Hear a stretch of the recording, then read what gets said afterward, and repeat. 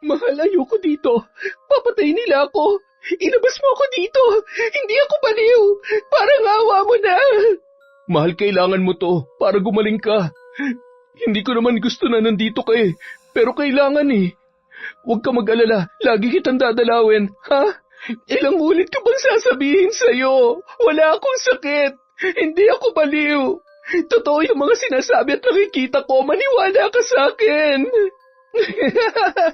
Wala ka na magagawa riyan dahil dito ka na rin mabubulok kasama ng mga kasamahan mong baliw. At saka ayaw mo nun, mapapadali ang reunion nyo sa langit ng pinakamamahal mong si Jiro. Pasensya na ha. Ganun talaga. Isa-isa kong tinatanggal sa dadaanan ko ang mga sagabal sa plano ko. Naiintindihan ko ang nararamdaman mo. Huwag ka mag-alala. Kaya kong ibalik sa mga taong may gawa nito sa'yo ng doble ang hirap na pinagdaraanan mo. Wala kang sakit sa pag-iisip. Pinaglalaroan ka lamang ng isang huwad na mambabarang. Walang lugar sa mundong ito ang mga pusong puno ng inggit at kasamaan. Sila ang dapat na nahihirapan, hindi ang mga taong inosente at lumalaban ng patas sa buhay. Taon 2010, Maynila. Alas 5 ng hapon, pauwi na si Mang Carmelito mula sa buong araw na pag-aararo sa bukid. Bitbit niya ang isang maliit na sako na may lamang mga gamit at damit pamalit, pati na rin ang baunan ng pagkain at tubig. Pagtatanim at pagkokopra ang pangunahin niyang pinagkakakitaan. Mababakas sa tibay ng pangangatawan nito at ugat sa kanyang mga paa at kamay ang kasipagan. Halos wala yung pahinga sa pagtatrabaho. Nasa 3 taon naman noon sa kolehiyo ang kanyang nag-iisang anak na si Colleen at ang asawa naman nitong si Aling Merla ay wala ng ibang pinagkakaabalahan. Kapag wala ang kanyang asawa ay nasa kapitbahay lamang siya, nakikipagkwentuhan at minsan naman ay nawiwili sa pagbibingo. Kapag napapansin ni Aling Merla na dumidilim na, ay tsaka lamang yon tumatayo sa kanyang kinauupuan. Nako, papagabi na pala. Paano? Bukas naman at siguradong pauwi na si Carmelito. Nako, ang dami ko pang ligpitin sa bahay. Natawa na lamang ang mga kalaro nito dahil kilalang-kilala na nila ang ugali ni Aling Merla. Nang makarating yun sa kanilang bahay na medyo may kalumaan na dahil minana pa nila yun sa mga magulang ni Carmelito, agad niyang kinuha ang walis tingting at nagmamadaling nagwalis ng mga tuyong dahon sa harapan. Pinasipas pa noon ang mga manok na noon ay palakad-lakad at naghahanap na ng kanilang madadapuan. Haharang-harang ang mga ito kapag ako nainis sa kawali ang bagsak nyo eh. Ay, makapagsaing na nga at ang dami ko pang hugasin. Ano ba naman at hindi ko napansin na gabi na pala.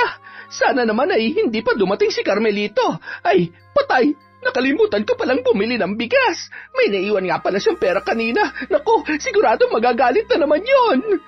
Binitawan muna nun ang kanyang hinuhugasan at binilang muna ang natitirang pera sa kanyang bulsa. Patay! Hindi na ako makakabili ng kahit 1 kilong bigas. Ay, hindi pa naman nagpapautang si Mang Nestor. Saksakan naman kasing kuripot ng matandang yun eh. Maigi pa manghiram na muna ako sa kapitbahay. Agad na lumabas yun, ngunit ilang lakad pa lamang ay bigla naman bumungad sa kanya ang nakakunot noo na si Carmelito.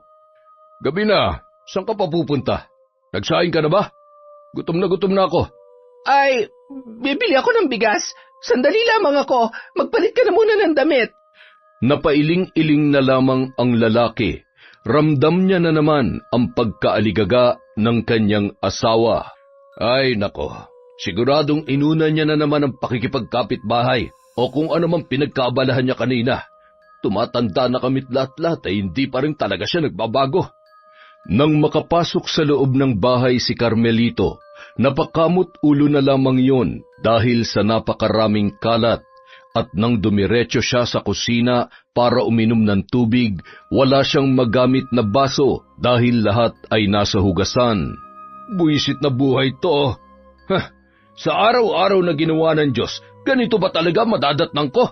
ultimo mga gawaing bahay hindi niya pa rin talaga magawa ng maayos. Sa sobrang inis, kahit ngalay na ngalay pa, ay hinugasan na nun ang mga hugasin na nasa lababo. Nadatnan pa yon ni Aling Merla na bumubulong-bulong. Oh, bakit ba kasi hinuhugasan mo mga yan? Tapos bubulong-bulong ka, akala mo naman. Ano? Sino pa naman kasing matutuwa kung ganito lagi ang madadatnan ko? Halos araw-araw, walang kaayusan sa sala, dito sa kusina, maging sa kwarto. Ano bang ginagawa mo't wala ka ng... Hoy, Carmelito! Huwag mo akong pinagtataasan ng boses! Lintik ka! Baka nakakalimutan mo na asawa mo ako at hindi ka tulong dito sa bahay! Hindi yan ang pinupunto ko. Ang akin lang kung gaano ba kahirap na maglinis sa maliit na bahay lang naman na to. Bahay natin to. Mag-asawa tayo, hindi ba dapat mula umpisa nagtutulungan tayo? Paulit-ulit na lang ba natin pagtatalunan to? At saka ano yan? Bakit bigas lang ang dala mo? Ano, nanghiram ka na naman sa kapitbahay? Ano ba? Matatapon naman eh. Ano naman kung nanghiram ako? Magalit ka kung nagnakaw ako para may makain tayo ngayong gabi. Yan ang problema sa iyo eh. Dinadaan mo ko sa pagiging pilosopo mo. Alam mo, hindi ka lang burara, gastador, saksakan ka pa ng sinungaling. Binigyan kita ng pambili. Nasaan na yun? Ipinambingo mo na naman? Pinambili ng sigarilyo? Mula umpisa pa lang alam mo na ganito ako. Bakit akong inasawa mo? Bakit hindi ka naghanap ng iba? Alam mo kung gusto kitang iwan, sana noon pa. Sana noon nga ginawa ko na. At isa pa, hindi ko kailangan talikuran ng pamilya natin. Hindi ko kailangan maghanap ng iba. Ang kailangan ko ay gawin mo ang tungkulin mo bilang asawa at ina sa pamamahay na ito. Mas inuuna mo pa kasi ang mga walang kakwenta-kwentang bagay. Habang nagbabangayan ng dalawa, ay sakto namang pagdating ni Colleen.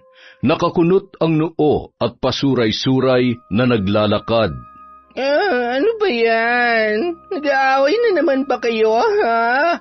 Lasing ka na naman. Pambihira naman talagang buhay to, oo. Wala na ba talaga kayong ibibigay sa akin kundi sakit ng ulo at sama ng loob? Yan ba natutunan mo sa pag-aaral mo? Maglasing at... naninigarilyo ka rin? Lintik kang bata ka, oo. Akma na sanang sasampalin ni Mang Carmelito si Colleen nang bigla namang sinanggayon ni Aling Merla. Huwag na huwag mong pagbubuhatan ng kamay ang anak ko. Subukan mo lamang at talaga magkakagulo tayo dito. Gusto ko lang turuan ng leksyon niyang anak mo. Kaya lumalaki ang ulo niyan dahil wala ka ng ibang ginawa kundi konsintihin niyang sutil mong anak eh. Ang hirap naman maging anak mo. Pasensya na ha. Hindi ko kasi kayang tapatan ng paborito mong pamangkin eh. Pasensya na't hindi ako kasing talino ni Ria. Hindi rin ako kasing bait at masunurin niya. Hindi ako masinop at ano pa ba? Buong buhay ko yata'y kinukumpara niyo ako sa babaeng yon. Siguro ang boring na buhay niya. Kaya kahit anong sabihin mo, never. As in never ako magiging katulad ng pamangkin mo. Kung hindi mo matanggap na ganito ang anak mo, pues gusto ko lang din malaman mo na hindi kita gusto maging tatay. Che, dyan na nga kayo. Hoy, bumalik ka dito. Bastos ka talaga. Aray ko. Ang sakit ng dibdib ko. Hindi ako makahinga na maayos, Merla. Ano? Sandali. Maupo ka rito. Merla, nandidilim ang paningin ko. Nahihilo ako.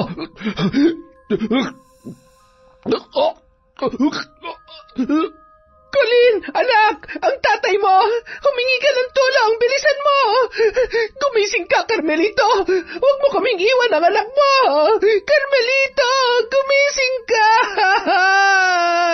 Nanginginig naman sa takot na lumapit si Colleen sa nakahandusay na ama nang mapansin niyang nangingitim na ang labi noon at hindi na yon humihinga. Tay, gumising ho kayo. Tay, sorry. Hindi ko na uulitin. Magbabago na po ako, Tay. Nay, anong gagawin natin? Tatay! Nang mamatay si Mang Carmelito ay tila ba naputulan ng 10 daliri ang mag-ina. Ang tanging pera na hawak nila noon ay ang mga naipon nilang abuloy at tulong na iniaabot ng mga nakiramay sa pagkamatay ng kanilang padre de pamilya. Nay, buti pa pumunta na lang muna tayo sa Maynila. Ititigil ko na lang po muna ang pag-aaral ko. Kailangan ko maghanap ng trabaho doon. pwede naman ho sigurong makituloy kina Ate Rian. Alam mo, Nay, feeling ko, maayos na yung buhay niya ngayon. At saka, baka pwede niya akong tulungan na makahanap ng trabaho doon. Oo nga, ano? Alam mo, maganda yung naisip mo. Tutal, meron pa naman tayong pera na pampamasahe papunta doon. Hindi naman tayo pwedeng makitira doon sa bahay ng lola mo at nandun din ang mga tiyo at tiya mo. Anong kakainin natin doon? Basta, Nay, mas maganda kung doon na lang po tayo sa Maynila. Pero ikaw, kung gusto mo, ako na lang. Hay nako, tigilan mo ako dyan sa mga paandar mo, ha? Dito nga nababantayan kita kung ano-anong kalokohan ang ginagawa mo eh. Paano na lang kung mag-isa ka lang dun sa Maynila? O di samahan niyo ako. Total katulad ni tatay, wala rin naman kayong tiwala sa akin.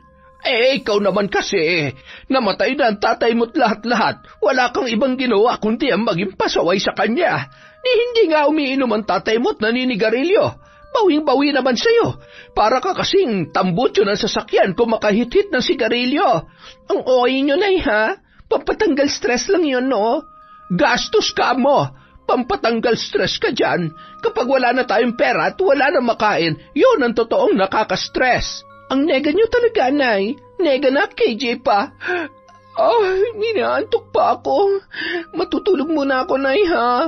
Anong matutulog? Ang dami-daming ligpitin dito. Tulungan mo kaya ako. Ayoko. Ang daming alikabok at... naantok na talaga ako, Nay. Mamaya na lang pagising ko. Siya, siguruhin mo yan, ha? Aalis muna ako ng madagdagan tong pera natin. Baka sakaling swertehin. Nabuburyong na rin ako dito sa bahay, eh. Hay, okay. Baka maubos yan, Nay, ha? Ikaw ang bahala. Diskarte ko na to. Nararamdaman ko na mananalo ako ngayon. Nagising si Colleen bandang 2:00 ng hapon. Naiirita pa yun na bumangon at iniligpit ang kanyang higaan. Samantalang patuloy naman sa pagsusugal ng mga oras na yon si Aling Merla. Sunod-sunod nang nabawi ang napanalunan niya nung umaga hanggang sa 1,000 na lamang ang natira niyang hawak. Buiset, ang malas ko naman. Ay, paano na kaya to? Saan ako kukuha ng pamasahe ngayon? Aling Merla, laban pa? Sa susunod na lang, wala eh. Nabawi lahat ng panalo ko kanina. Sana pala kanina pa ako umayaw. Ganun talaga, Aling Merla. Swerte-swerte lang yan.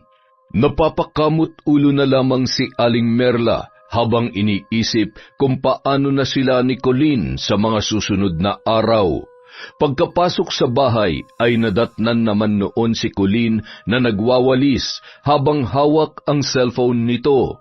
Tumatawa pa yon na animoy nawiwili sa kung anong pinapanood niya. Paano ka matatapos niyan? Puro ka cellphone. Anong oras na hindi ka pa rin nakakapaglinis ng bahay? Natulog nga ako, Nay, diba? Ikaw nga 3:00 na kakauwi nyo lang. Nanalo ka ba? Ay, talo. Magluto ka na nga muna ng makakain at nagugutom na ako. Hindi pa nga ako tapos maglinis eh. Ang dami namang utos. Hay, paano tayo niyan? Magkano pera na pinatalo nyo sa sugal, ha? Huwag na maraming tanong. Gawin mo na lang kung anong inuutos ko. Hay, sakit sa ulo. Gisingin mo na lang ako kapag may pagkain na, ha? Ako naman ang iidlip. Napabuntong hininga na lamang ang dalaga.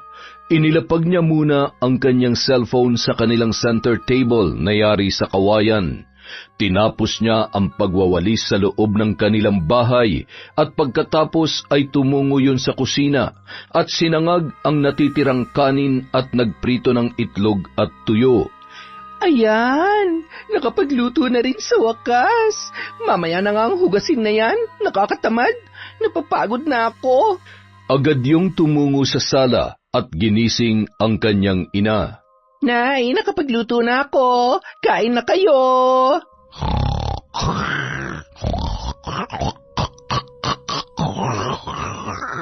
Ay naku, pagod na pagod sa pagsusugal. Magkano kayang laman ng wallet nito?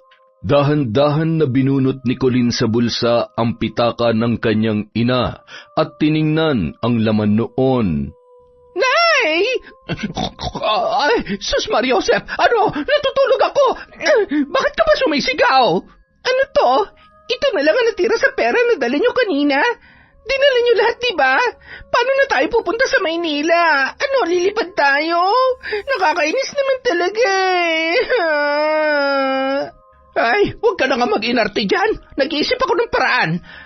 Halika na, kumain na tayo, siguradong gutom lang yan. Ano ba niluto mo? Malamang kung ano lang ang nandyan. Wala na nga tayo maayos na ulam tapos pinatalo mo pa sa sugal yung pera natin. Bahala ka dyan.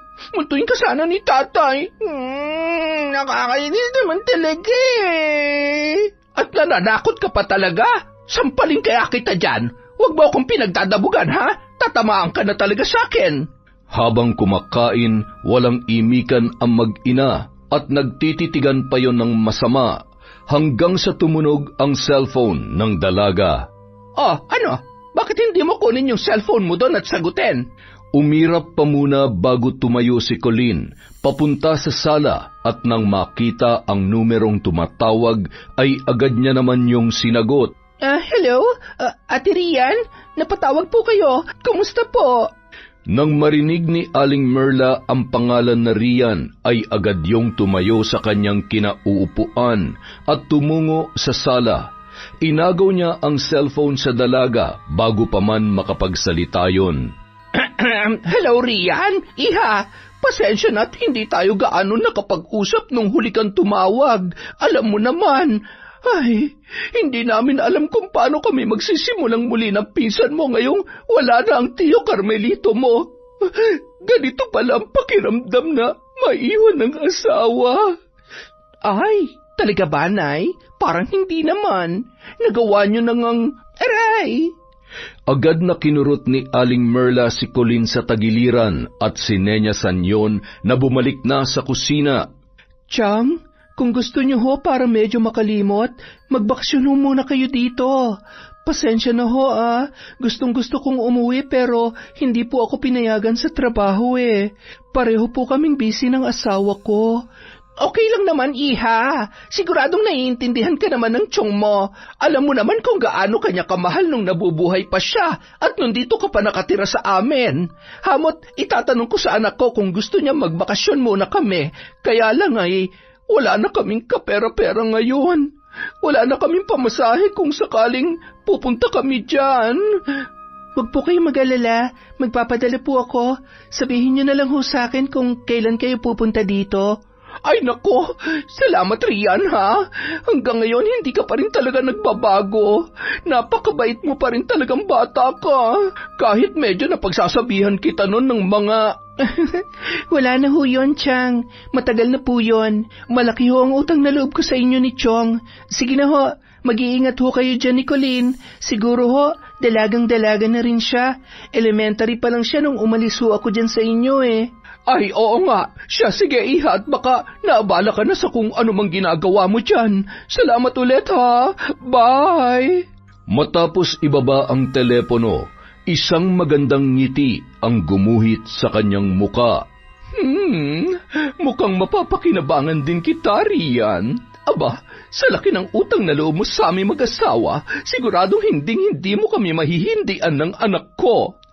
Bago nagpasyang bumalik sa Maynila, isinanla muna ni Aling Merla ang lupang sakahan at maging ang kanilang niyugan. Maliban sa pera na hawak nila noon, ay nagpadala pa ng pamasahe si Rian sa mag-ina. Naipahingi naman ng pera Pambili lang ng bagong damit at sapatos pagdating natin sa Maynila. Tanga!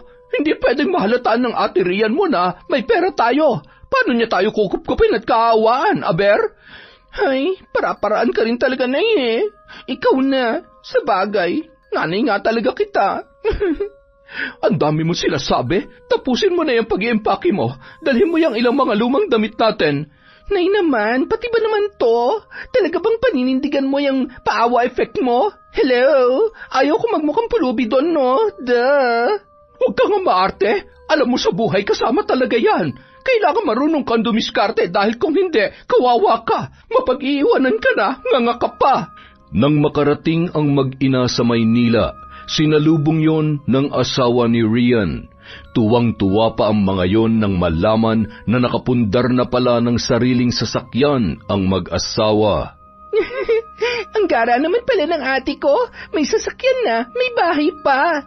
Siguro mayaman yung asawa niya. Gwapo rin kaya? Yung tipong, Papa Bells. Habang mag-isang nagsasalita si Colleen, may biglang bumusina na sasakyan sa tapat ng kanilang kinatatayuan. Nang bumukas ang bintana ay kumaway sa kanila si Arjo. Nay, ang pogi! May kumakaway sa ating pogi! Kasyata ako na yo! Aray! Para ka talagang tanga. Hindi mo ba namumukaan? Yan yung sundo natin. Yan ang asawa ni Ate Rian mo. Napakalandi talaga nito. Halika na. Lakas naman makalandi ng nanay ko. Nagmana lang naman ako sa'yo, hoy. Hi, kuya. Ako po si Colleen. Ako yung maganda, sexy, at mabait na pinsan ni Ate Rian. Pasensya na ho kayo kung medyo natagalan kayo sa paghihintay. Galing ho kasi ako sa trabaho eh. Dumiretso na ho ako dito. Ay, nako, excited ho ang misis ko na darating kayo. Paulit-ulit pa ho akong pinapaalalahanan na baka raw ho makalimutan ko kayong sunduin dito. Sige ho, sakay na. Ako na ho maglalagay ng mga gamit sa likod ng sasakyan. Habang nagmamaneho, panay naman ang sulyap sa maamong mukha ni Arjo ang dalagang si Colleen. Nang makarating sa paroroonan, inilibot ng mag-ina ang kanilang paningin sa buong kabahayan. Ang taray! Ang ganda ng bahay nila, Nay! Bagay na bagay ito sa beauty ko. Dito na lang tayo. Ang laki-laki naman ito para sa kanila mag-asawa at nag-iisang ampon este. Anak pala nila. Yung bunganga mo, itiko mo, ha? Wala ka na naman preno. Baka mamaya madulas ka nakakahiya sa ate mo at sa asawa niya. Isa pa, hindi alam ng bata kaya huwag ka magkakamaling. Chang, nandito na po pala kayo. Kumusta po ang biyahe? Okay naman. Medyo nakakapagod pero ayos lang naman. Ang importante ay nakarating kami ng ligtas. Oh, siya ang pinsan mo si Colleen. Mas malaki pa ang katawan kesa sa'yo. Ang tangkad niya, manang-mana sa tiyo mo. Oo nga ho, at napakaganda rin ho. Magpinsan nga kami. Ay nako, ang bilis talaga ng panahon. Dalagang-dalaga ka na. Buti, hindi ka pa nag-aasawa. Nako, wala pa yun sa isip ko, ate. Tsaka, baka nandito sa Maynila ang lalaking pinapangarap ko. Nako, huwag ka masyado magtitiwala at maraming manloloko dyan sa tabi-tabi. Mapagwapo man o pangit, pare-pareho ng nanloloko. Buti nga't maswerte ako sa asawa ko. Salamat sa pagsunduki na tiya, mahal ko ha. Kumain ka muna bago matulog. Nakaluto na ako. Chang, Colleen, tara, sabay-sabay na tayo para makapagpahinga na rin kayo. Feel at home. Mahal, tulog pa ba ang uniko iho natin? Ay, oo nga pala. Sandali lang at gigisingin ko ha. Sigurado pahirapan na naman kami sa pagpasok nito. Ano bang pinagkakaabalahan mong trabaho ngayon? Teacher ho, pinagpatuloy ko yung pag-aaral ko matapos naming ikasal ni Arjo. 7 taon na ho akong nagtuturo ngayon sa public school. Ikaw, Colleen, anong course mo? Business management, ate. Kaya lang, wala eh. Tinatamad na ako mag-aral. Kung hindi nga nila ako pinilit ni tatay, ayaw ko naman talaga sana. Ang kailangan ko, trabaho. Sayang naman, 1 taon na lang pala sana. Pero subukan mo lang mag-apply. May mga company naman na tumatanggap ng undergrad at walang experience. Mag-call center ka kung gusto mo. Ngumisi na lamang si Colleen sa kanyang pinsan. Agad namang tumungo sa kanilang kwarto sa pangalawang palapag si Rian nang marinig ang boses ng kanyang anak na si Jiro. Good morning, baby ko. Kumusta ang tulog mo? I love you, anak ko. Nandyan na sina Lola at Tita. Halika na, baba na tayo. Mag-bless ka, ha? Okay po, Mommy. Si Daddy po. Nandyan na po ba siya? Opo, kaya bilisan na natin. Nagluto ako ng paborito mong chicken nuggets! Patakbong bumaba si Jiro sa hagdan patungo sa kusina. Dahan-dahan po, anak ko. Baka mahulog ka. Nang makarating sa kusina ay agad na lumapit at humalik yon sa kanyang daddy Arjo. Good morning sa napakapogi kong anak na manang-mana sa daddy. I love you. Mag-bless ka na sa lola at tita mo. Galing silang province. Sige na anak, lapitan mo na sila. Lumapit naman ang bata at nagmano, pero nananatiling nakayukuyon na animoy takot na takot. Oh, bakit anak? Nahihiya ka ba? Ikaw talaga? Pasensya na ho, naninibago lang ho yata tong anak namin. Upo ka na dito sa tabi ni Daddy. Mahal, almusal na at baka malate na kayo. Habang sila ay kumakain, pasulyap-sulyap naman si Jiro sa mag-ina.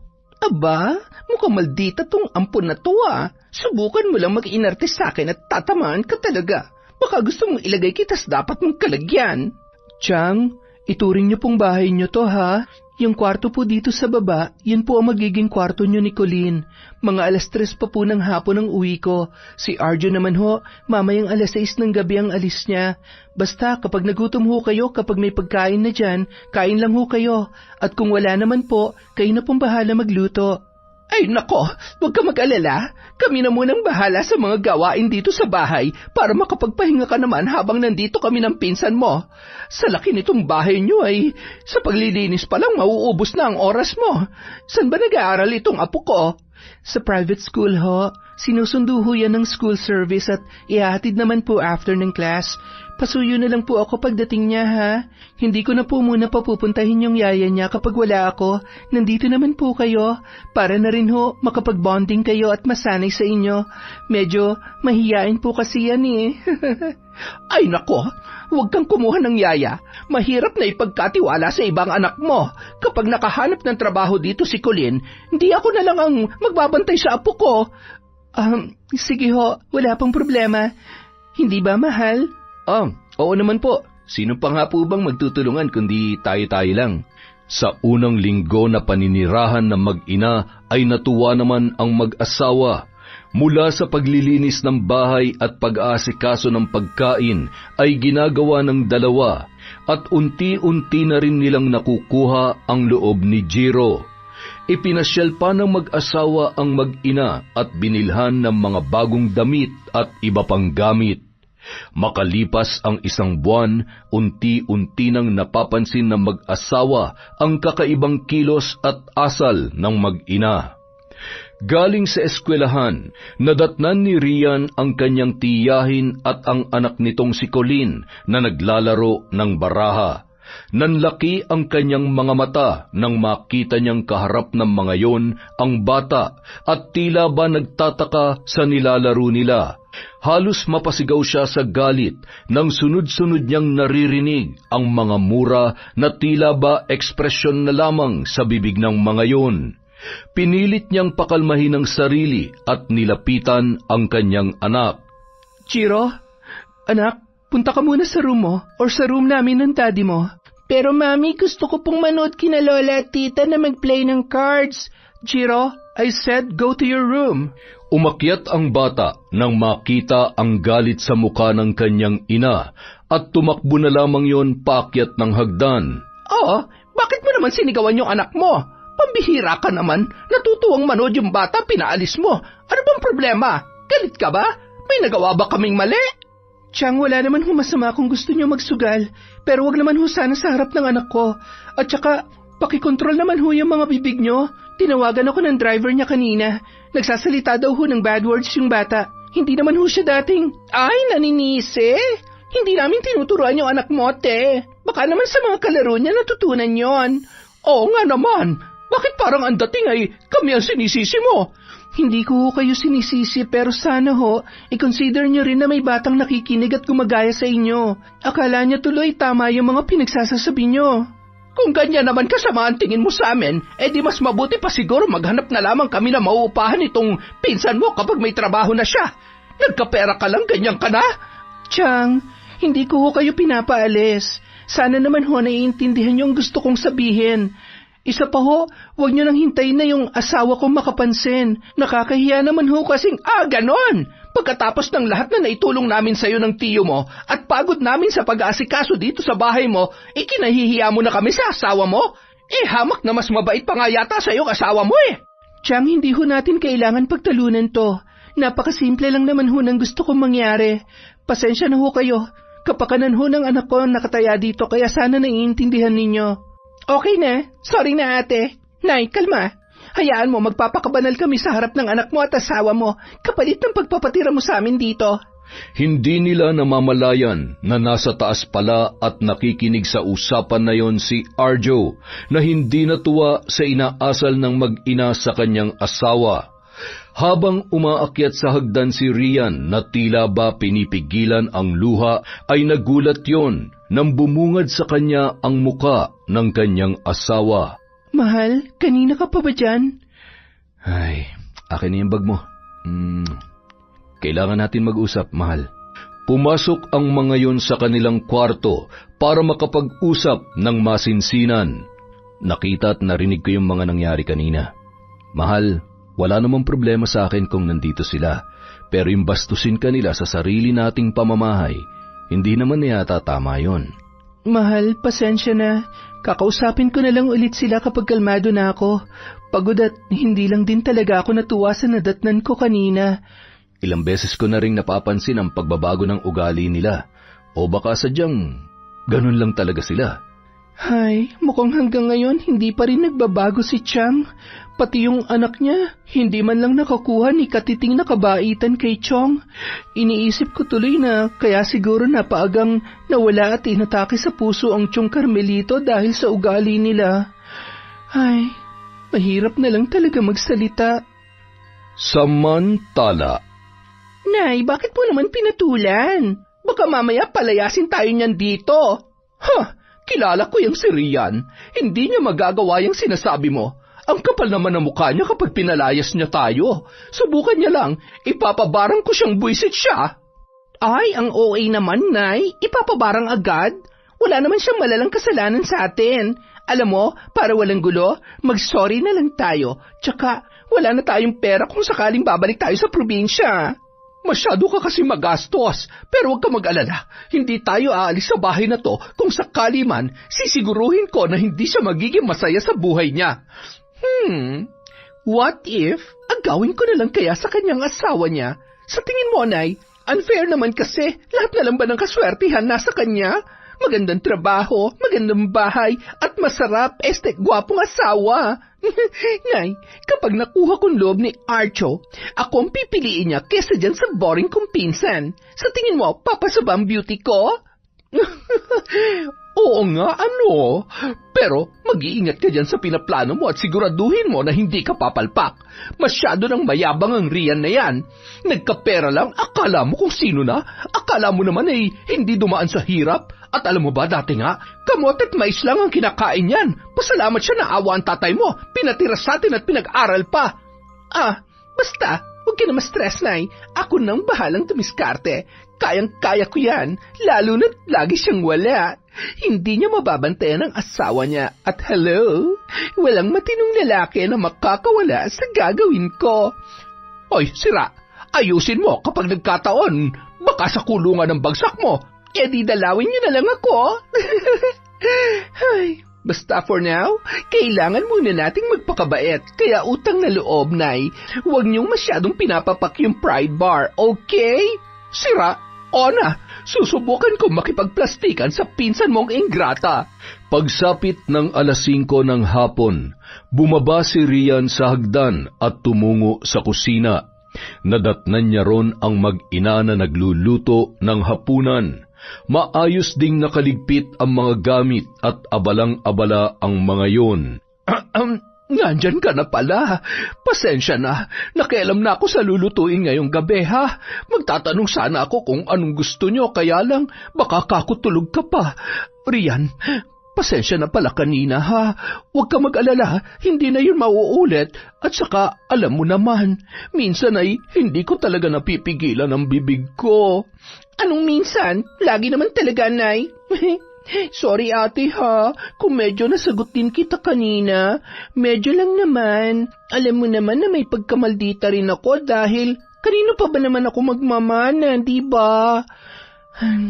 Kalimutan na lang natin yon. Basta mag-iingat na lang tayo sa mga sinasabi at kilos natin dahil may kasama po tayong bata, Tiyang. Tsaka sa akin ho, kahit anong gawin niyo, okay lang. Mapapalampas ko, pero syempre po, meron po akong asawa. Ayaw ko naman ho na mapahiya kayo sa kanya. Pamilya ho tayo, kaya sana naiintindihan niyo po ako. Ay, oo naman. Naiintindihan ko naman ang ibig mong sabihin. Bakit nga pala bumaba ka? Nagugutom ka ba? Gusto mo ba ng kape? Hindi ho. Mag-aasikaso lang ho ako ng baon ni Arjo. Papaalis na ho kasi siya. Ay, sakto. Maluluto na itong adobo. Mahal, alis na ako. Okay na ba yung baon ko? Ate, ito yung kanin ni Kuya. Lalagyan ko na rin ba ng ulam o ilalagay ko sa isa pang... Nako, salamat pero ako na lang maglalagay. Salamat ha. Umirap naman ang dalaga nang makitang inayos pa ni Rian ang pagkakalagay niya ng kanin at kung paano naglagay ng ulam sa isa pang lalagyan ang babae.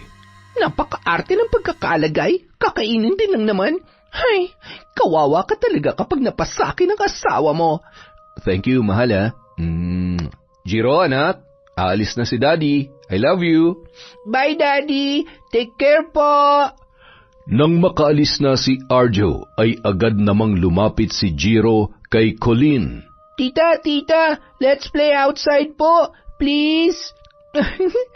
Okay. Ano kaya maganda gawin sa batang to? Itulak na lang kaya kita sa hagdan. Jiro, doon na lang tayo mag-play sa taas. Umaambon, no? Baka magkasakit ka. Okay po. Nanood na lamang ang dalawa ng palabas sa malaking TV sa kwarto ng mag-asawa. Napataas kilay naman si Colleen nang makita ang wedding picture ng dalawa, pati na rin ang kanilang family picture.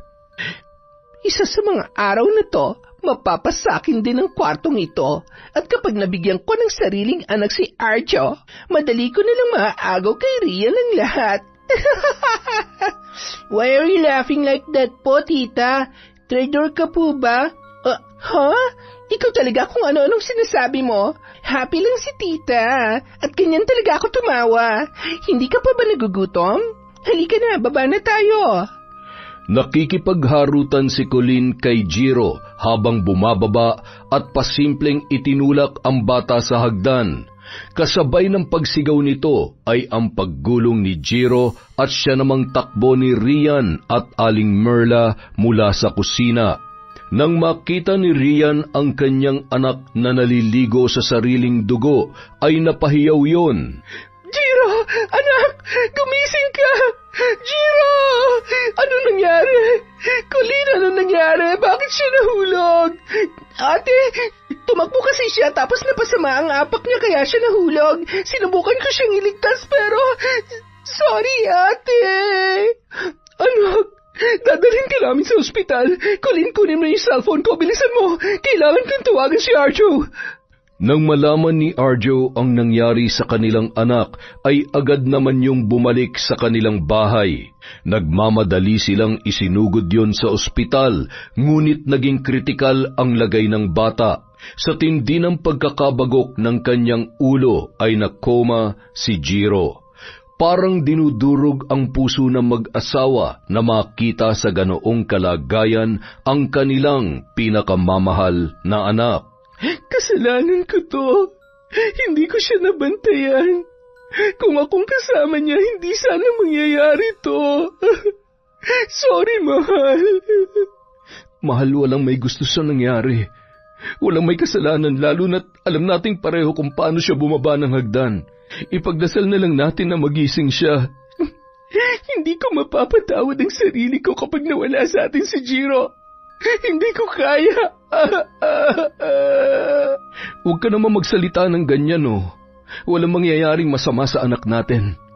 Tumahan ka na, mahal ko. Samantala, nang mga sandaling yun, naiwan naman sa bahay ang mag-inang sina Aling Merla at Colleen. Ano bang ginagawa natin dito? Baka mamaya mapagkamalan pa tayo magnanakaw kapag nadatnan tayo ng mga yun dito. Ano ka ba naman, Nay? Hindi pa yun sila uuwi, kaya dito muna tayo matutulog. Makaranas man lang tayong matulog na naka-aircon. Ang init-init kaya dun sa kwarto natin. Nako, kapag nagkataon, ito na magiging kwarto ko. Teka, Colleen, huwag kang makikialam dyan. Ang KJ mo talaga, Nay. Magsusukat lang ako ng damit at wow! OMG! Ang ganda ng mga damit ni ate. Tsaka ito, bagay sa akin ng mga to. Hay nako, para kang sira. Hindi kasya sa'yo yan. Ang laki-laki na ng bilbil mo, kakahilata. Nakakainis ka naman, Nay eh. Ito na nga, ibabalik na. Ano kaya meron dito? Ay, ang gara! Nay, tingnan mo, oh. May mga alahas, oh. Ang gaganda. Totoo kaya mga to? Sabing wag mong pakialaman yan eh. Ay, matulog na nga tayo. Ay, siya nga pala. Ano ba talagang pinaplano mo? Nay, hindi mo pa ba nakikita ang resulta ng nasimulan ko? Unti-unti ko na magigiba ang pagsasama nila mag-asawa. Ay, nako. Ano bang ibig mong sabihin? Nay, kapag nawala na yung bata, siguradong pareho sila malulungkot, lalo na si Archo. At dahil doon, kailangan niya ng someone na papawi ng mga lungkot niya. Ikaw na bahala kay Rian, ako naman ang bahala kay Archo. Hay, Colin, umamin ka nga. May kinalaman ka ba sa nangyari doon sa bata? Kapag sinabi ko bang oo, isusumbong mo ako? Huwag niyong sabihin na worried kayo doon, Nay. Hindi naman natin yung kaano-ano. Ampun nga lang, diba? Tsaka, wala na akong maisip na ibang madaling paraan. Basta, magtiwala ka lang sa akin, Nay. Dahil isa sa mga araw na ito, ako na magiging bagong reyna at asawa ni Archo. At ikaw ang magiging pinakaswerteng nanay sa balat ng lupa. Sa tingin mo ba ganun lang kadali ang pinaplano mo? Ay nako, sinasabi ko sa iyo. Alam mo, may mas maganda akong naiisip eh. Kaya lang, pansamantalay, kailangan muna natin maghiwalay. Kailangan din nating makasiguro na matutuluyan ang batang yon. Tsaka si Rian, sa tingin mo ba, basta-basta na lamang yung tatalikuran ni Arjo? Nako, kita mo naman kung gaano niya kamahal ang pinsan mo. Alam mo, Nay, hindi ka talaga nakakatulong. Kainis ka. Makatulog na nga lang. Mas maganda ang naisip ko, anak. Mas ligtas at siguradong hindi tayo sasabit. Kailangan ko lang makumbinsi ang Lola Hilda mo. Sige na nga, teka, pakikinggan na kita. Ano naman po ang ganap ni Lola Hilda sa plano nyo?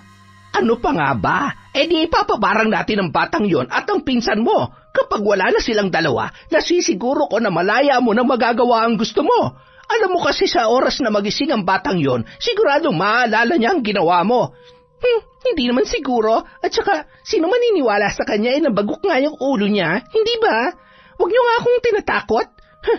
Pero sige, G ako dyan sa gusto niyo. So, paano yon? Kailangan mo pa ba talagang umuwi?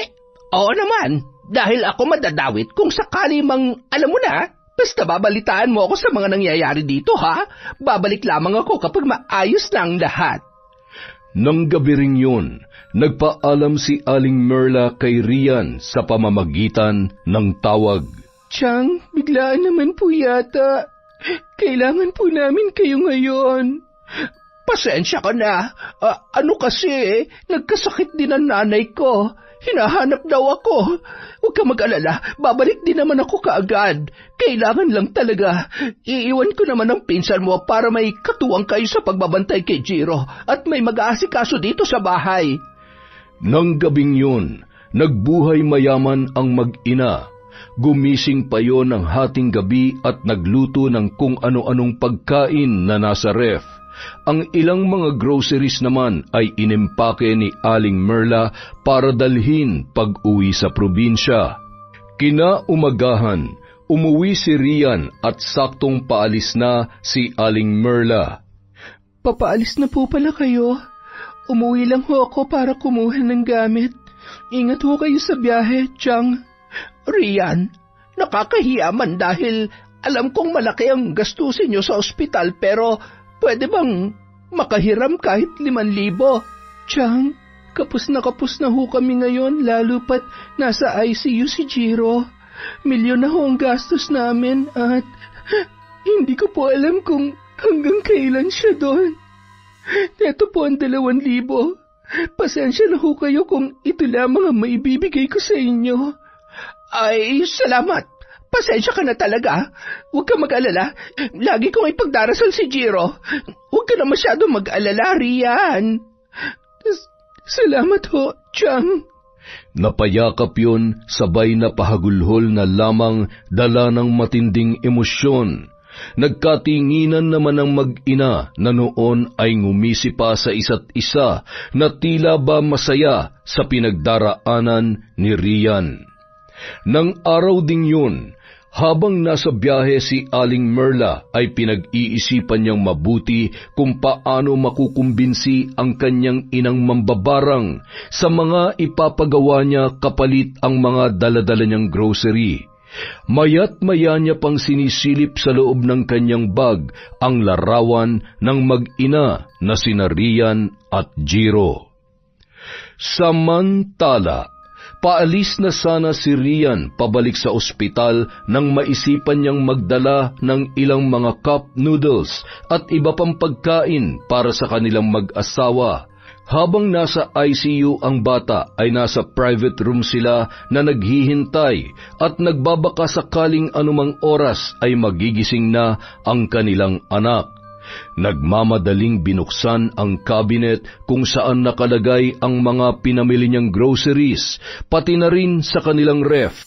Napakamot ulo siya, sabay na paisip kung bakit halos simot na ang mga yon. Agad naman yung napansin ni Colleen at nilapitan ang kanyang pinsan. May hinahanap ka ba, ate? Magdadala sana ako ng pwede naming makain sa ospital. Ubus na pala. Doon na lamang ako bibili. Oo, ubus na nga, ate. Kung gusto mo, ako na lang ang mag-grocery. Bigyan mo na lang ako ng pera. Wala pa akong pera sa ngayon eh.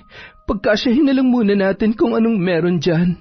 Agad nang lumabas si Rian ng bahay at napabuntong hininga bago sumakay ng kanilang sasakyan. Attitude ka rin talaga no? Kunwari ka pa mabait. Ang totoo, may tinatago ka rin namang kamalditahan. Kinis! Kuhong-kuhong mo talagang kigil ko. Makalipas ang 3 araw, nagulat ang mag-asawa at ang mga doktor sa mga pagbabago sa katawan ng bata.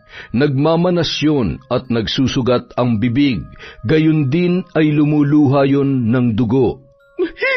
Anong nangyayari sa anak namin? Dok, please sabihin mo. Inoobserbahan pa namin ang lagay niya at inaalam din namin kung bakit siya nagkakaganito. Dok, gawin niyo po ang lahat. Please, pagalingin niyo po ang anak namin. Habang nag-uusap ang mga yon ay bigla namang tumunog ang life machine. Nagkagulo na ang mga nurse at doktor para sagipin ang noon ay nag-aagaw buhay na bata. Parang gumuho ang mundo ng mag-asawa nang ideklara ng doktor ang oras ng kamatayan ni Jiro. Jiro! Anak! Jiro! Bakit mo kami iniwan? Mahal na mahal ka namin, anak. Bakit kailangan mangyari to? Bakit kailangan bawiin niyo sa amin ang bata na nagparamdam sa amin kung gaano kasarap maging magulang? Ano bang kasalanan namin mag-asawa para pagdaanan namin to? Makalipas ang 1 linggo, matapos mailibing si Jiro, bumalik sa kanya-kanyang trabaho ang mag-asawa para muling makalimot sa mga nangyari. Walang araw at gabi na hindi nila ipinagluluksa ang pagpanaw ng kanilang anak. Samantala, Good morning, ate. Mag-breakfast ka muna. Nagluto ako ng... Salamat. Sa school na lang. Wala pa akong ganang kumain. Okay. Sayang naman. Ingat ka, ate. diretso lang na lumabas si Rian at sumakay sa kanyang kotse. Bahagya pa nung nilingon ang kabilang upuan, sabay tumulo ang kanyang luha, habang inaalala ang kanyang anak kapag kasama niya yon na bumibiyahe. Sa kabilang banda, bumaba si Arjo at hinahanap si Rian sa pinsan nito. Makalis na po, Kuya. Niyayaya ko nga sanang kumain muna, kaya lang mukhang wala po siya sa mood eh. Hi. Hindi ko na nga rin alam kung anong gagawin ko eh. Mula nung mawala si Jiro, hindi na kami nag-uusap ng maayos. Parang hindi na kami mag-asawa. Hindi ko na alam kung anong tumatakbo sa isip niya. Alam mo yung gusto ko siyang intindihin, pero paano kung... Ang hirap. Lumapit ang dalaga sa kinauupuan ng lalaki at hinawakan ang balikat nito. Sabay hinimas-himas yun. Kuya, siguro pabayaan mo muna siya. Baka kailangan niya muna ng panahon para sa sarili niya. Katulad mo, nalulungkot lang din siya sa pagkawala ni Jiro. Ako nga na ilang buwan pa lang nakasama yung batang yon, sobrang namiss ko na siya kaagad. Minsan, iniisip ko na sana may nagawa ako para sa kanya. Sige na kuya, kumain ka na. Sasabayan kita. Kalimutan mo muna mga iniisip mo ngayon. Ay, maraming salamat. Halos maghapong nagkwentuhan ang dalawa sa sala. Doon na rin nakatulog ang lalaki at masayang-masaya naman si Colleen na pinagmamasdan ang maamong muka ni Arjo habang natutulog. Nilapitan niya pa yon at hinahawi ang buhok. Magiging akin ka rin, Arjo. Sorry ka na lang, Rian, dahil sisiguruhin ko na lahat ng meron ka ay mapupunta sa akin nang walang kahirap-hirap. 3:00 ng hapon, habang nagdadrive pa uwi si Rian ay masama ang kanyang pakiramdam. Nang makarating sa bahay, nadatnan niyang tulog na tulog ang kanyang asawa sa sofa habang nanonood naman ng TV si Colleen.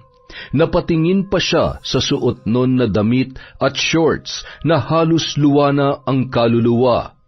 Nilapitan niya si Arjo at ginising yun. Mahal, bakit dito ka natulog? Sorry, mahal. Nagkukwentuhan kasi kami ni Colleen kanina. Hindi ko na napansin na nakatulog na pala ako. Kumusta ka? Bakit parang namumula ka ata at may pantal ba yan? Wala yan. Mawawala din siguro yan. I-ready ko lang yung isusuot mo pagpasok mamaya tapos matutulog ako. Pagod lang ako sa trabaho. Tama yan, ate. At nangangayayat ka na, oh. Ako nang bahala kay kuya. Sa baon niya. Ano bang gusto mong baon, kuya? Nako, huwag ka na mag-abala. Doon na lang ako sa cafeteria namin kakain. Pasuyo na lang sa ate mo kung anong gusto niya at pakitingnan-tingnan mamaya kapag wala ako, ha?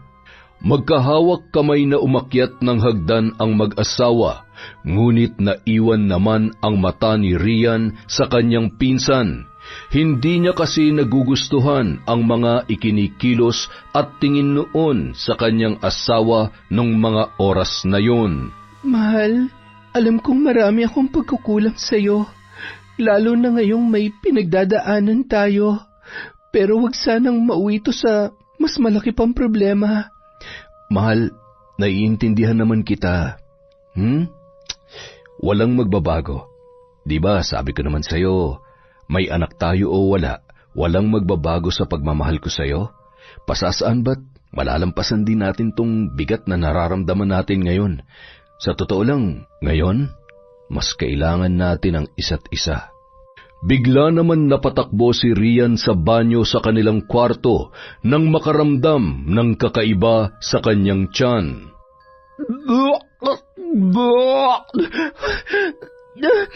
Ang sakit ng tiyan ko.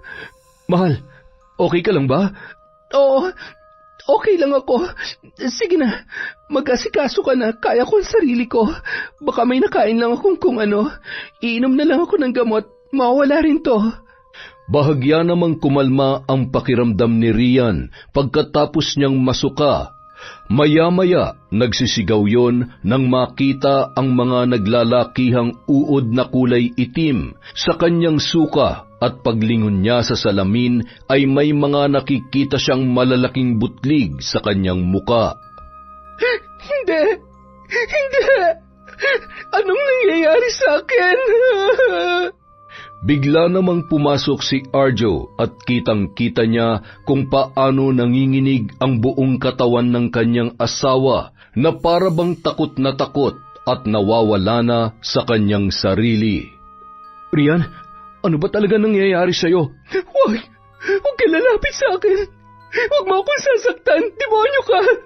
Anong ginawa mo sa akin? Ibang muka ang kanyang nakikita sa katauhan ng kanyang asawa. Patuloy din yung nakakarinig ng malalakas na halakhak at boses na animoy nanunuot sa kanyang tainga. Agad namang tinawag ni Arjo si Colleen at nagmadali namang umakyat yon papunta sa kwarto ng mag-asawa. Nang makita ni Colleen ang kalagayan ng kanyang pinsan, ay batid niya na kung ano ang nangyayari kay Rian. Umakma namang alalang-alala yon sa kanyang pinsan. Kuya Arjo, kailangan natin sandalin sa ospital. Dahil sa pagiging bayolente ni Rian nung mga oras na yon, humingi sila ng tulong sa isang ospital upang magpadala ng ambulansya at medical team na may alam kung ano ang gagawin sa ganoong sitwasyon. Matapos matingnan ang lagay nito, ay agad na yung inilipat sa mental hospital. Mahal, ayoko dito. Papatayin nila ako. Ilabas mo ako dito, hindi ako baliw. Parang awa mo na. Mahal, ayoko dito. Papatayin nila ako. Ilabas mo ako dito. Hindi ako baliw. Parang awa mo na. Mahal, kailangan mo to para gumaling ka. Hindi ko naman gusto na nandito ka eh, pero kailangan eh. Huwag ka mag-alala, lagi kitang dadalawin, ha? Ilang ulit ko bang sasabihin sa'yo? Wala akong sakit. Hindi ako baliw. Totoo yung mga sinasabi at nakikita ko, maniwala ka sa akin. Ate, wag na makulit. Para sa'yo naman to eh. Sige na kuya, mauna ka na't kakausapin ko lang muna si ate. Colleen, tulungan mo ko. Ilabas mo ako dito. Iyo, bitawan mo ang kamay ko. Baka mahawa pa ako ng galis mo at mga sugat-sugat din sa katawan mo. Nakakadiri kaya. Dito ka na lang. Mas maganda kung forever ka na dito hanggang sa... Huwag ka mag-alala. Ako nang bahala kay Arjo. Ibibigay ko lahat ng di mo kayang ibigay sa kanya. Anong pinaplano mo? May kinalaman ka ba dito? Hayop ka? Traitor ka? Papatayin kita? Hindi ako natatakot sa'yo, Rian. Loser? Ngumisi sabay tumalikod yon at unti-unti na ring humalakhak. Hayop ka? Mga hayop kayo! Pagbabayaran niyo ang ginawa niyo sa akin. Kapag nakalabas ako dito, ibabalik ko sa inyo lahat ng ginawa niyo sa akin. Hindi mo makukuha kung anong meron ako. Magkakamatayan muna tayo. Kinagabihan, ilang bote na ng alak ang nainom ni Arjo. Magulo ang kanyang isip dahil sa sunod-sunod na problemang kanyang pinagdaraanan. Napatingin naman yon nang lumabas si Colleen, suot ang isang manipis at napakaigsing pantulog. Napalunuklaway na lamang si Arjo sabay iniiwas ang kanyang tingin. Ngunit sadyang mapangahas ang dalaga. Tumabi pa yon sa kanyang kinauupuan at ngumiti sabay hinawakan ang muka ng lalaki. Arjo naman, huwag ka nang mahiya. Alam ko namang malungkot ka at kailangan mong makalimutan ang lahat ng problema mo. Kahit hindi mo sabihin, nakikita ko dyan sa mga mata mo na gusto mo rin naman ako. Colleen, anong ginagawa mo? Mali to. Mahal kong asawa ko. Hindi mo dapat ginagawa to. Pinsan ka niya. Ano ba? Pwede ba? Kahit ngayon lang kalimutan mo muna siya. Hindi mo ba nakikita? Ako ang nandito. Gusto kita at mahal kita, Arjo. Dala ng kalasingan, wala na ring nagawa pa si Arjo nang sunggaban siya ni Colleen at pinaghahalikan. Tuluyan na nga itong tinangay ng kataksilan sa kanyang pinakamamahal na asawa. Matapos mangyari ang gusto ni Colleen, masayang-masaya siya na kinuhanan ng larawan ang kanilang mga sarili sa loob mismo ng kwarto ng mag-asawa. Sapat na siguro to para tuluyan ka ng mamatay sa selos, Rian. Dahil mula sa gabing ito, aking ang asawa mo. Kinabukasan. Colleen, ano ginagawa mo dito sa kwarto ko? May amnesia lang. Gusto mo bang ipaalala ko sa'yo nangyari kagabi? Colleen, hindi tama to. Nakikiusap ako, lumabas ka na. Ano bang kailangan mo? Pera? Ibibigay ko. Umuwi ka na sa probinsya. Ganon. Pagkatapos na nangyari sa atin, ipagtutulakan mo ako ng ganon-ganon na lang? Hello? Hindi ako papayag. Kung ayaw mo makarating to sa asawa mo, Susundin mo lahat ng gusto ko dahil kung hindi, ewan ko na lang kung hindi mag-triple ang pagkabaliw niya kapag nalaman niyang... Napakasama mo. Plinano mo ba lahat ng to? Pinagsamantalahan mo ang kalasingan ko? Dahil kahit kailan hindi ko ipagpapalit ang asawa ko sa isang katulad mo. Sabihin mo na kung anong gusto mong sabihin. Wala akong pakialam. Ay, makaligo na nga. Nung araw din yun, habang may inaasikaso si Arjo ay umalis naman si Colleen para puntahan ang kanyang pinsan. Anong ginagawa mo dito? Chill ka lang, cuz. Hindi pa nga ako nag-uumpisa, nagagalit ka na. Kumusta ka? Kaya pa ba? Alam mo, ikaw ang pinaka-perfect definition ng salitang hopeless. Nakakaawa ka naman. Ako nakakaawa? Bakit? Sino bang desperada sa ating dalawa? Huwag ka muna magdiwang dahil nasisiguro ko na hinding-hindi ka magtatagumpay na makuha sa akin ang buhay ko. Ilusyonada. Talaga, te? Teka lang ha. Eto, tingnan mo. Tingnan mo mabuti kung gaano kahimbing ang tulog ng asawa mo matapos ko siyang... Napakalanti mong hayop ka. Napakasama mo. Pagbabayaran mong lahat ng ito. Wala ka nang magagawa riyan. Dahil dito ka na rin naman mabubulok kasama mga kasamahan mong baliw. At saka, ayaw mo nun, mapapadali ang reunion nyo sa langit ng pinakamamahal mong si Jiro. Pasensya na ha. Ganun talaga. Isa-isa kong tinatanggal sa dadaanan ko ang mga sagabal sa plano ko. Hayop ka! May kinalaman ka ba sa pagkamatay ng anak ko? Sabihin mo sa akin ang totoo, magpapatay kita! Tulang! Ari ka! Tulungan niyo ako! Agad namang inawat ng mga nurse si Rian at ibinalik sa kanyang kwarto. Hayop na yon! Muntik na ako doon ha! Ay, buwisit, makauwi na nga lang! Nang makabalik si Rian sa kanyang silid, kasama ang isang babae na may kondisyon din sa pag-iisip, ay napahugulgul na lamang yon. Paulit-ulit na binibigkas ng babae habang tinuturo nito si Rian ang tungkol sa barang. Ngunit ipinagsasawalang bahala niya lamang yon. Sakto namang dumating ang ama ng nasabing babae na isang albularyo. Inilahad noon ang tungkol sa kondisyon ni Rian. Dali-dali yung tumakbo at ginising ito. Halika, tutulungan ka ni tatay. Magaling siya. Gagamutin ka niya. Sumunod na lamang si Rian sa kapwa pasyente at umupo kaharap ng isang lalaki na may mga suot na medalyon sa ilalim ng malinis na kasuotan nito. Gaano na katagal ang mga sugat mo? Tsaka yung nararamdaman mo? Mahigit 1 linggo pa lang po ako dito. Masyado pong mabilis ang mga pangyayari. Sa gabi ho, hindi ako makatulog kung ano-ano po naririnig ko at nakikita. Maaari ko bang hawakan ang kamay mo? Inilahad ni Rian ang kanyang mga palad.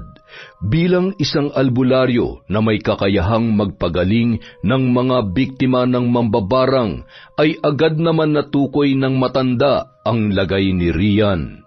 Inggit at kasakiman ang naging ugat ng lahat ng ito. Binabarang ka, iha. Kailangan nating maagapan ang kondisyon mo bago pa mahuli ang lahat. Sinasabi ko na nga ba? Sigurado nga mag-inang yon na may gawa nito sa akin. Mga hayop sila. Hindi ko sila mapapatawad. Pagalingin niyo ho ako, Lolo. Gusto ko hong turuan ng leksyon ang mga yon. Kailangan nila managot sa lahat ng mga kasalanan nila sa akin. Lalong-lalo na sa pagkamatay ng anak ko. Naiintindihan ko nararamdaman mo. Huwag ka mag-alala. Kaya kong ibalik sa mga taong may gawa nito sa iyo ng doble ang hirap na pinagdaraanan mo. Wala kang sakit sa pag-iisip. Pinaglalaruan ka lamang ng isang huwad na mambabarang. Walang lugar sa mundong ito ang mga pusong puno ng inggit at kasamaan. Sila ang dapat na nahihirapan, hindi ang mga taong inosente at lumalaban ng patas sa buhay. Isuot mo muna ang kwintas na ito bilang proteksyon. Huwag ka mag-alala. Gagaling ka rin agad. Marami na akong natulungan na katulad mo. Kung natulungan niyo ho ang iba, bakit ho ang sarili niyong... Ay, sadyang mula nung nagdalaga siya ay nagkaroon na siya ng karamdaman sa pag-iisip dahil biktima siya ng masasamang loob niyang kaklase na pinagtulong-tulungan siya sa eskwelahan. Hindi naman siya nagsasabi sa amin noon ng nanay niya, kaya humantong pa sa mas malalang sitwasyon. Kaya naman talagang kumukulo ang dugo ko sa mga taong nagagawang gumawa ng pagkakamali dahil lamang sa inggit. Sinira nila ang buhay ng anak ko, pati na rin ang mga pangarap niya. Kaya ikaw, huwag kang magpapatalo sa mga walang pusong may gawa nito sa iyo. Talagang hindi po. Wala silang karapatang maging masaya pagkatapos ng lahat ng ginawa nila sa amin ng anak ko. Hindi nila masisira ng tuluyan ang buhay ko. Kailangan ako ng asawa ko. Hindi ko hahayaang tuluyan siyang ahasin ni Colin sa akin. Natuwa naman ang matandang albularyo sa katatagan at pagiging palaban ni Rian at nangako na gagawin niya ang lahat para gumaling na ito sa lalong madaling panahon. Samantala, Hello, Nay. Ano nang balita dyan? Bilis-bilisan niyo naman ang kilos niyo. Baka naman gusto niya ng tuluyan ng epal na pamangkin ni tatay. Aba, paano ko masosolo si Arjo kung buhay pa rin siya? Bisit na nga ako eh. Kahit anong gawin ko parang wala naman epekto. Mas lalo lang lumayo sa akin. Galit na galit at gusto pang manakit. Pero in fairness, ang cute pa rin niya kahit naiinis ha. Masyado siyang pakipot. Baka naman pwede kayo magdala ng gayuma dyan pagbalik nyo. Pero bago kayo bumalik, siguruhin niyo muna na may lamay kayong madadatnan dito. Pwede ba ipatapos niyo na siya kay Lola? halos hindi na rin umuwi si Arjo sa bahay para iwasan si Colleen. Naging abala muna siya sa kanyang trabaho, lalo na't natambak ang mga yon dahil sa sunod-sunod na nangyari. Makalipas ang ilang araw, tinawagan siya ng mental hospital para sunduin ang kanyang asawang si Rian. Mula sa trabaho ay dumiretso na siya doon. Walang mapaglagyan ng saya na makita ang kanyang asawa, lalo na't nabanggit ng doktor nito na animoy himala ang bilis ng kanyang paggaling. Nang makarating sa ospital si Arjo, malayo pa ay nakita niya na ang matamis na ngiti ng kanyang asawa. Mahigpit na yumakap yon at paulit-ulit niya namang hinagkan. Paulit-ulit din siya na humingi ng tawad. Bakit ka ba sorry ng sorry? May nagawa ka bang kasalanan sa akin? Magsasalita na sana si Arjo para magpaliwanag, ngunit pinigilan yon ni Rian. Huwag kang mag-alala. Alam ko na ang lahat. Planado nilang lahat ng tomahal. Gusto nilang sirain ang buhay ko. Ang masakit, pati si Jiro na damay sa kasamaan nila. Nagsisisi ako na tumulong at nagpatira ako ng mga ahas sa pamamahay natin. Napakasama nila. Kailangan nilang pagbayaran ng ginawa nila sa anak natin. Huwag kang mag-alala. Lahat ng ginawa nila, pagbabayaran din nila ng sobra-sobra. Ang mahalaga sa ngayon, magkasama na ulit tayo. Matatag tayo, di ba? Nangako tayo sa isa't isa sa harap ng Diyos na lahat ay kakayanin natin na magkasama, kaya sa kabila ng lahat, heto pa rin tayo. Hindi tayo pababayaan ng Diyos, mahal ko. Habang nasa sasakyan pauwi ng bahay ay naikwento ni Rian kung paano siya tinulungan ng isang albularyo. Utang ko sa kanya ang buhay ko. Mabuti na rin na dinala mo ako doon dahil nakilala ko siya. Kung nagkataon, baka wala na rin ako at tuluyan ka nang naagaw sa akin ng Colleen na yon. Hindi mangyayari yun, mahal ko. Ikaw lang ang mahal ko kahit ano pang mangyari. Hindi natin hawak ang mangyayari sa paglipas ng panahon, Arjo. Maraming pwedeng mangyari kung sakaling mawala ako. Isa pa, sigurado ako na ultimo butas ng karayom susutin na mag-inang yon. Hindi ko alam kung bakit may mga taong katulad nila. Hindi man lamang nahiya o binabagabag ng konsensya. Ano kayang mararamdaman niya kapag nakita niya akong buhay na buhay? Bilisan mo na, mahal ko. Hindi na ako makapaghintay na kalad ka rin ang bruhang yan palabas ng bahay natin. Nang makarating sila sa bahay, agad na lumabas si Colleen sa pag-aakalang si Arjo lamang yon. Nakasuot yon ng manipis na pantulog at pulang-pula ang nguso. Napapailing naman at natatawa na lamang si Rian nung mga oras na yon. Nang bumaba si Arjo at binuksan ang kabilang pinto ng sasakyan, ay nanlaki ang mga mata ng dalaga. Ate? Hi, Colleen. Kumusta? Bagong ligo ka naman pero bakit ganon? Mahal na amoy mo ba? Sobrang lansa kasi. At saka, ano ba yung nguso na yan? Wala na bang mas makapal pa dyan? Sinimot mo na yata yung lipstick mo para matakpan niyang maitim mong nguso na kasing itim ng budhi mo. Bakit ba galit na galit ka?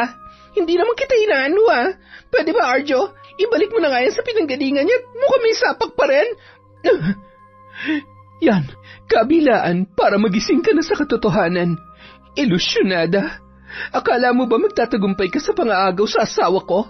Itong tatandaan mo, isang pagkakamali na pinagsamantalahan niyong kabaitan ko dahil sa ngayon, maniningil na ako sa kasalanan niyo sa akin. Kayo ng nanay mo, lalong-lalo na sa pagpatay niyo sa anak ko. FYI, ampon, feeling ina ha? Huwag ka na mangarap dahil kapag nagkataon, baka maunahan pa kita. Bawiin mo yung sinabi mo. Wala ka talaga ni katiting na kahiyan dyan sa katawan mo. Lumayas ka sa pamamahay ko. No, hindi niyo ako pwedeng paalisin. Arjo, please. What if nabuntis mo ako, ha? Paano baby natin kapag... Narinig mo naman yung sinabi ng asawa ko, di ba? Umalis ka na. Agad na nagtungo si Rian at Arjo sa kwarto ni Colleen at kinuha ang mga gamit noon. Pinagtatapon yon sa labas. Ano ba? Anong ginagawa niyo sa mga gamit ko? Sandali! Teka lang! Ano? Magmamatigas ka pa? O kakalad ka rin kita palabas ng gate? Mga bisit kayo! Hindi kayo magiging masaya! Lalo ka na riyan! Mamatay ka na sana! Patakbo yung lumabas ng tarangkahan at nagpalakad-lakad. Wala siyang dalang pera kahit piso. Sinabayan pa ng malakas na ulan, kaya naman basang-basa yun dahil matagal yun nakakita ng masisilungan. Tinawagan niya ang kanyang ina para ipaalam kung ano ang nangyari sa kanya. Nay, ano ba? Sumagot ka! Hello, Neng? Kapatid to ng nanay Merla mo. Umuwi ka na muna dito sa probinsya. Wala na ang nanay mo. Ha? Pwede ba? Ibigay niyo kay nanay ang cellphone ko. Hindi ako nakikipagbiruan sa inyo. Nagsasabi ako ng totoo. Nakita na lang namin siyang... basta, umuwi ka na dito bago pa siya mailibing. Hindi totoo yan. Hindi pwede mawala si nanay. Nay! Hello? Ano ba nangyayari? Bakit si nanay ang namatay? Bakit hindi ang Rian na yon? Walang magawa si Colleen nung mga oras na yon. Nagpatuloy na lamang siya sa paglalakad na animoy wala sa sarili. Hanggang sa lumipas ang mga araw ay lakad lamang siya ng lakad at hinahanap ang kanyang ina sa bawat makakasalubong niya. Nang makakita yon ng nagtitinda ng pagkain ay agad siyang tumakbo sabay kumuha. Hoy! Abat! Di ka ba marunong humingi, ha? Pambihirang pulubi to, Damot! Diyan ka na, pangit! Aray! Ang sakit nun, Loko yun, Nakarating ang dalaga sa isang tulay. Masayang masaya yon na kumakaway sa mga tao. Hoy! Ingit kayo, Ang ganda ng bahay ko! Uy, baliw! Ang ingay-ingay mo naman dyan! Hindi mo ba nakikita na natutulog ako? Huwag ka nga nagre-reklamo. Gusto mo ba kalad ka rin kita palabas ng pamamahay ko, ha? Lasya! Anong pinagsasasabi mo? Ay, makalipat na nga lang. Ang hirap pa naman makipagtalo sa babae. Maya-maya, nakaramdam si Colleen ng antok, kaya naman humigayon at ginawang unan ang bitbit niyang bag. Kinaumagahan, napapalingon sa kanya at napapatakip ng ilong ang mga dumadaan dahil sa tila nabubulok na nitong amoy, dala ng mga naglalakihang sugat sa buo niyang katawan. Naglipa na rin ang mga bangaw na animoy nasisiyahan sa nalalanghap na amoy sa dalaga. Nang magising yun, sinisinghalan naman ang bawat dumaraan na naiiwan ang tingin sa kanya. Ano bang tinitingin-tingin nyo, ha? Mga inggitera kayo? Ang papangit nyo kasi. Naiinggit kayo sa ganda ko, no? Ay, ang tagal naman ni nanay. Makaligo na nga muna. Para malamig ang tubig. Napakalinaw ng swimming pool.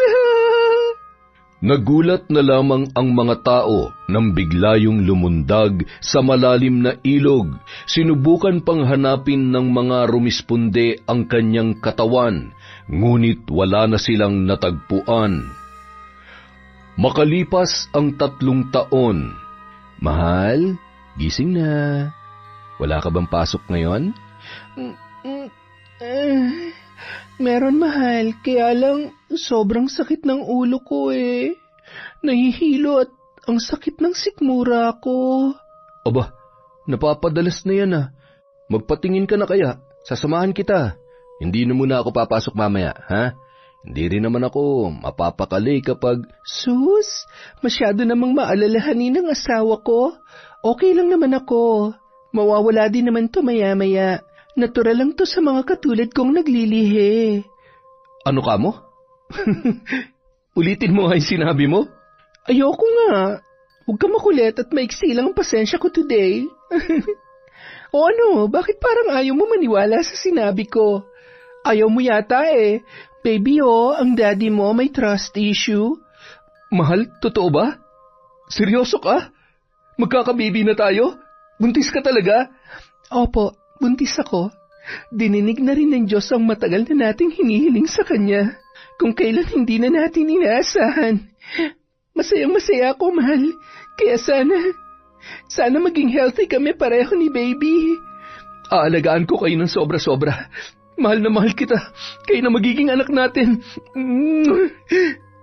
Makalipas ang 7 taon, habang naglalaro ang anak ni Arjo at Rian sa labas ng bahay, ay napalingon yon sa may tarangkahan nang makarinig ng boses mula sa labas ng bahay.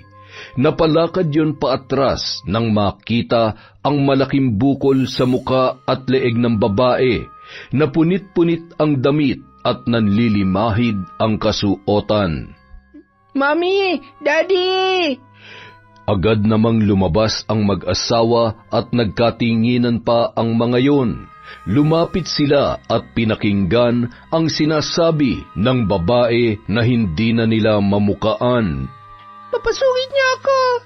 Bahay ko yan. Hinahanap ko lang nanay ko. Dali na. Bata, buksan mo to, dali. Sino ka? Anong pangalan mo? Sinong nanay ang hinahanap mo? Pinsan! Tama! Ikaw nga! Hindi mo ba ako naaalala? Ako si Colleen! Nandiyan na ba si Nanay Merla? Hinahanap niya ba ako? Papasukin mo ako, sige na! Hindi naman makapaniwala si Rian sa sinapit ng kanyang pinsan, ngunit nang maalala niya ang ginawa nito sa kanya at sa anak nilang si Jiro ay napaluhayon.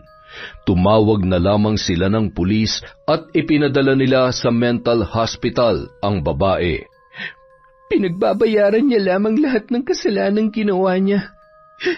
Hindi ko alam kung tama pa bang tulungan natin siya, pero mas makabubuti nang alam natin na hindi siya pag-alagala dahil mas delikado yon. Hindi ko nahahayaang may mangyari pang masama sa kahit na sino man sa atin. Puprotektahan ko kayo ng anak natin. Kaya huwag ka na matakot. Lalo na tong napakabait at mahal ni na mami at daddy. Mahal na mahal ko rin po kayo, mami, daddy. Tara na po, dalawin na po natin si Kuya Jiro sa sementeryo. Nag-practice na po akong mag-sing ng happy birthday para sa kanya. Naku, napaka-sweet naman talaga ng baby boy ko.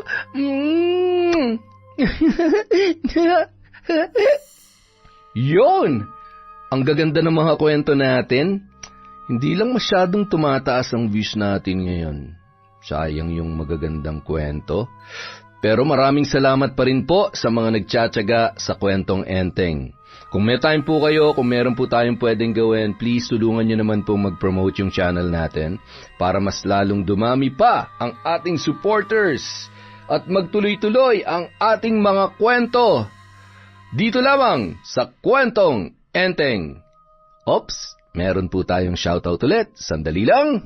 Hahanapin lang ni Enteng ang listahan. Ito na po, simulan po natin kay Karen Gab Pastora. Hi din po kay Maria Junaida Rilox, kay Ruel Bangabanga, kay Jobel Baldonasa. Hi din po kay Sally Roldan, kay Michelle, kay Jennifer Mauricio. Hi po kay Febe Ranyada, kay Manisan Mamot Mapadtaya. Hello din po kay Emma Dumato. Hi kay Adam Lasa, kay Michelle Marciano. Hi din po kay Sheena Enriquez sa Fuentes family from Junel Fuentes. Hello kay Jennifer Sacris. Hi kay Bicolanang Magayon. Hello din po kay Chloe Abalos, kay Arnel Claridad. Shout out kay Robert Crimen, kay Elizabeth Dungka, kay Vicky Abut. Hi kay Betty Velasco, kay Cresilda Solis. Shout out kay Chris Alcantara. Hi po kay Rose Anmara, kay Geraldine Byron, Honey Austria, kay Maple Concepts. Hi kay Yasmin Dumato, kay Catalea Soto, kay Margie Banosong. Shout out po kay Mea Espiritu, kay Charlene Gumansing, kay Christel Mamado, kay Mona Boneg. Hi kay Pureza Tagiwalo. Hello po kay Roslyn Jimenez, kay Adi Larico, kay Barlita, sa Barlita family po, from Analu Barlita. Hi kay Zilpa Hara Reichardt. Hi kay Aris Seraos. Hello kay Danilo Alaw from Berzay, Kuna. Hi din po kay Josie Aniban, kay Michelle Esperon, kay Kimpoy Feliciano, kay May Megs, Lucy San Jose, Josefina Felias, Mary Grace Grefalja, kay I Love Traveled. Hello po kay Dins Rodriguez, kay Jade Guevara, kay Desiree De Los Santos. Hi kay Liza Agodo, kay Agripina Balza. Hello po kay Lucille De Lima, kay Amalia Kanamura. Hi kay Catherine Fantinalgo, kay Noemi Garcia Pabunan, kay Paldox. Hello po kay Vilma Bautista. Hi kay Anily Juarez QR, nag-graduate ngayon. Eksakto, congratulations po, ngayong Biyernes. Hi kay Krista Gaitan, kay Chat Advincula, kay Irma Umali. Hello po kay Ami Viray. Hello din po kay Michi Ito. Shout out kay Mercy Acero, kay Maura 620, Estela da Silva, Hilario Potra Jasmine. Hi kay Beth Mercado, Gloria Camua, kay Joe Glory, Christine Dordas from Patrick Dordas. Hi po kay Mira from Batangas, kay Sha 2142, kay Endring Montuerto, at syempre kay Carmelita Mabanag. Maraming salamat po sa walang sawang pagsuporta sa Kwentong Enteng.